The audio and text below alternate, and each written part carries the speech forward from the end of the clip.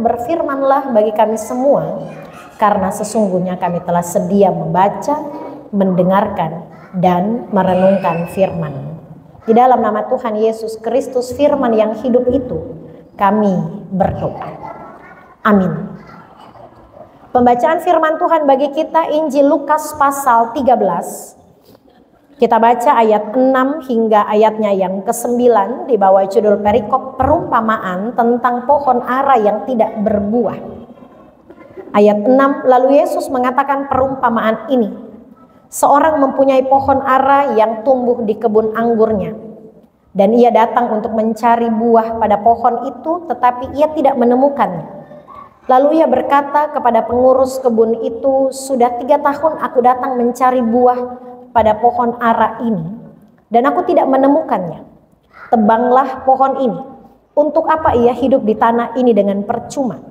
Jawab orang itu, Tuan, biarkanlah dia tumbuh tahun ini lagi. Aku akan mencangkul tanah sekelilingnya dan memberi pupuk kepadanya. Mungkin tahun depan ia berbuah, jika tidak, tebanglah ia. Yang disebut berbahagia adalah kita semua yang membaca firman Tuhan, kita yang merenungkan berita firman Tuhan ini dan yang melakukannya dalam hidup kita setiap hari. Shalom. Saudara-saudaraku yang kekasih dan diberkati Tuhan, ada pujian dan syukur yang kita persembahkan kepada Tuhan pemilik hidup ini. Karena besar kasih setia Tuhan, perlindungan, penyertaan, anugerah, umur panjang, sehingga kita boleh ada sampai saat ini semua karena kebaikan, kemurahan, kesetiaan, dan anugerah Tuhan. Oleh karena itu, tidak ada alasan bagi kita untuk tidak bersyukur kepada Tuhan karena kasih-Nya terus menopang kehidupan kita. Di tengah-tengah ketidaksetiaan kita kepada Allah, Tuhan tetap penuh kasih dan sayang menganugerahkan bagi kita nafas kehidupan dari Tuhan. Dan bacaan firman Tuhan hari ini yang akan kita renungkan bersama-sama saya ambil dalam Injil Lukas pasal 13 ayat 6 hingga ayatnya yang ke-9 sesuai dengan bacaan yang ditulis oleh Lembaga Alkitab Indonesia, perumpamaan tentang pohon ara yang tidak berbuah. Ada kisah yang dituliskan oleh Injil Lukas, penulis kitab Lukas, tentang pohon ara yang tidak berbuah. Ini berbeda kisah dengan yang ada dalam Markus pasal 11 ayat 12-14 tentang pohon ara yang kemudian dikutuk oleh Tuhan karena dia tidak berbuah. Pohon ara ini menarik. Ayatnya yang ke-6, ada seorang yang punya pohon ara yang tumbuh di kebun anggur. Jadi pohon ara itu tidak tumbuh di sesama pohon ara. Dia tidak tumbuh di kebun pohon ara, tetapi pohon ara ini tumbuh di antara pohon anggur. Pohon anggur adalah komoditi terbesar orang-orang Palestina pada zaman itu. Dan tanah Palestina termasuk tanah yang diberkati Tuhan dengan kesuburan. Sehingga apapun yang ditanam di tanah itu pasti subur. Anggur dan beberapa tanaman-tanaman lain yang ditanam di tanah itu pasti berbuah lebat. Tetapi menariknya adalah pohon ara ini yang ada di lingkungan yang sehat, dipupuk dengan baik, mendapat sinar matahari yang baik, curahan air yang baik, perawatan yang baik oleh pengurus kebun itu, tetapi pohon ara tidak berbuah.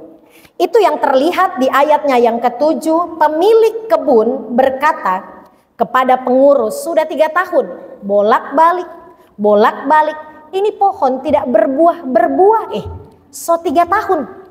Padahal pohon ara itu punya jadwal berbuah, seharusnya kalau rutin pohon yang sehat itu 1 tahun 2 kali berbuah. Berarti harusnya kalau 3 tahun itu 6 kali panen. Panen ke-6 harusnya ketika dia datang tahun yang ketiga. Tetapi panen pertama pun belum terlihat dan pohon ara itu belum berbuah. Sehingga pemilik pohon anggur itu berkata, tebang aja deh, percuma dia hidup. Kira-kira Bapak dan Ibu kalau punya pohon, So mati-matian naik turun di atas, di ladang, di kebun begitu. Naik turun dengan jalan yang ekstrim. Kok sampai di sana ini pohon milu tidak berbuah-berbuah. Mau disayang atau mau ditebang? Bikin capek, kasih pupuk, tanam. Percuma tenaga, daya, upaya untuk mengusahakan pohon ini. Tetapi pohon ini toh tidak berbuah. Itu yang terjadi. Pohon ara hampir ditebang oleh pemilik pohon. Tetapi bijaksana oleh pengurus kebun, dia berkata, beri kesempatan setahun lagi. Siapa tahu tahun depan dia berbuah. Dari perumpamaan cerita Alkitab ini, kita diberikan gambaran bahwa pemilik kebun adalah Tuhan Allah, Allah Bapa di sorga. Pengurus kebun itu adalah Tuhan Yesus, pengantara kita kepada Allah dan manusia. Dan pohon ara itu manusia. Kisah ini dilambangkan, dianalogikan, digambarkan kita pohon ara yang diciptakan oleh Tuhan penuh dengan kasih karunia, berkat, umur panjang, kesehatan, kekuatan. Bahkan yang istimewa adalah kita diberikan keselamatan. Kepastian keselamatan di sorga yang mulia. Sehingga dengan iman kita berkata, kalaupun saya mati, saya masuk surga. Karena kita punya orang dalam di surga yang menjamin keselamatan, berkat akhir hidup yang Tuhan janjikan di surga yang mulia lewat kematian Kristus di atas kayu salib. Kita di kebun anggur, kita punya lingkungan yang sehat, tetapi kita tidak berbuah. Lalu Tuhan bilang, seandainya tebang saja ini orang solan, dorang tidak berbuah. Mosia, kira-kira orang muda bilang, lu gue en. Nggak ada keselamatan, tidak ada akhir hidup yang bahagia yang Tuhan janjikan bagi kita kalau kita tidak berbuah. Oleh karena itu tema perenungan firman Tuhan bagi kita saat ini adalah berubah dan berbuah. Berubah dan berbuah. Pohon ara akhirnya tidak berbuah dan kemudian pemilik pohon anggur itu berkata kepada pengurusnya, tebang saja, percuma dia hidup di tanah ini. Karena dia menghabiskan pupuk, menghabiskan matahari, menghabiskan air, menghabiskan tenaga, menghabiskan waktu dari pengurus kebun itu. Pohon itu tidak berbuah, tidak menghasilkan, tidak berdampak, tidak memberi efek yang positif bagi pemilik kebun. Maka sia-sialah ada di tanah itu pohon ara. Hasilnya adalah tebang saja. Tetapi kebijaksanaan dari pengurus kebun, dia masih beri kesempatan. Tahun ini saja, Tuan, jangan ditebang. Mana tahu dia berbuah tahun depan. Itu menjadi pertanyaan bagi kita. Sudah berapa tahun Bapak Ibu jadi orang Kristen? Kira-kira. So berapa tahun Bapak Ibu jadi orang Kristen? Seumur hidup. Saya yang baru 25 tahun, berarti saya baru 25 tahun jadi orang Kristen. Masih kentara juga kan, saya 25 tahun. Artinya, kita ada di tanah ini, kita ada di dunia ini, kita diciptakan Tuhan seumur hidup kita. Sudahkah saya berbuah? Sudahkah suami saya merasakan buah dari kasih yang saya miliki? Sudahkah istri saya merasakan buah dari apa yang saya miliki? Sudahkah anak-anak saya merasakan buah iman dari saya miliki? Sudahkah orang tua saya merasakan buah itu? Buah itu dalam Galatia pasal 5 ayat 22-23. Rasanya seringkali saya bertanya, sudah berapa banyak Bapak dan Ibu memiliki buah-buah roh?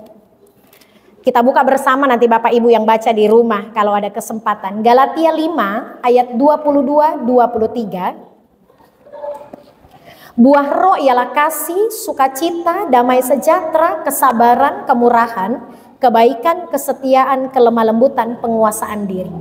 Sudahkah istri kita merasakan kesetiaan kita? Sudahkah suami kita merasakan kesetiaan kita?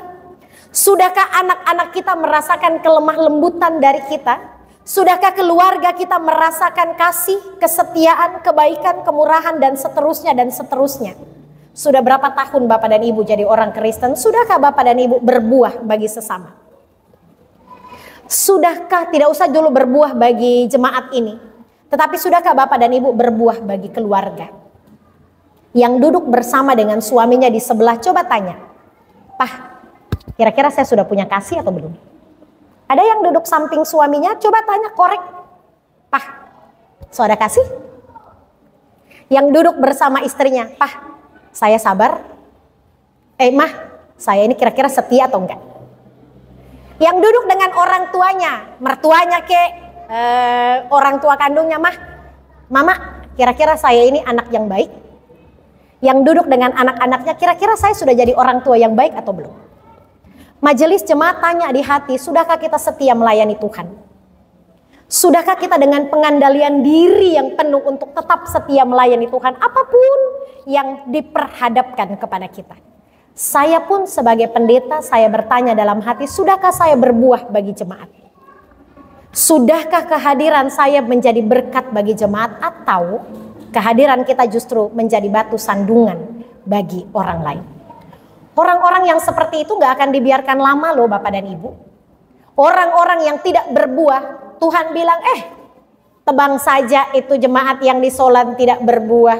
Bikin poll memori, bikin poll orang di dunia, tebang saja. Lalu tidak ada kesempatan bagi kita untuk bertobat. Kalau sudah diambang kematian, menangis darah pun kita minta tolong, Tuhan ampuni saya. Tuhan bilang, so lambat sayang, pintu anugerah sudah ditutup. Sehingga masih ada beberapa bulan kita menutup tahun 2024, masih ada kesempatan terjadi satu kali, dan orang bijak menggunakan kesempatan emas yang tidak akan terulang dua kali.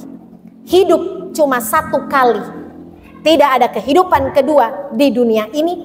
Kehidupan sekali di dunia ini, kehidupan kedua di sorga yang mulia. Tidak ada makan minum, tidak ada kawin mawin. Di sorga sana hanya ada kemuliaan untuk menyembah Tuhan. Jadi selama nafas di kandung badan, berubah dan berbuah. Selama kita masih injak dunia ini, berubah dan berbuah. Selama kita masih punya suami, berubah dan berbuah. Selama kita masih punya istri, berubah dan berbuah.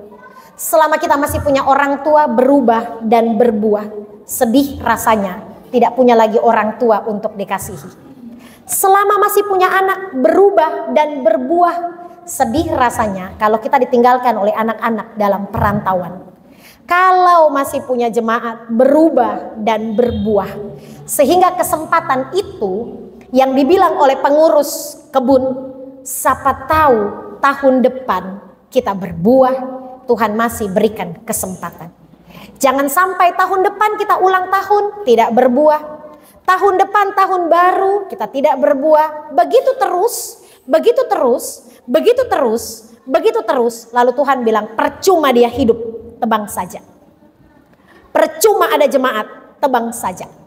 Percuma ada rumah tangga ini, tebang saja. Percuma ada dia di dunia ini, tebang saja.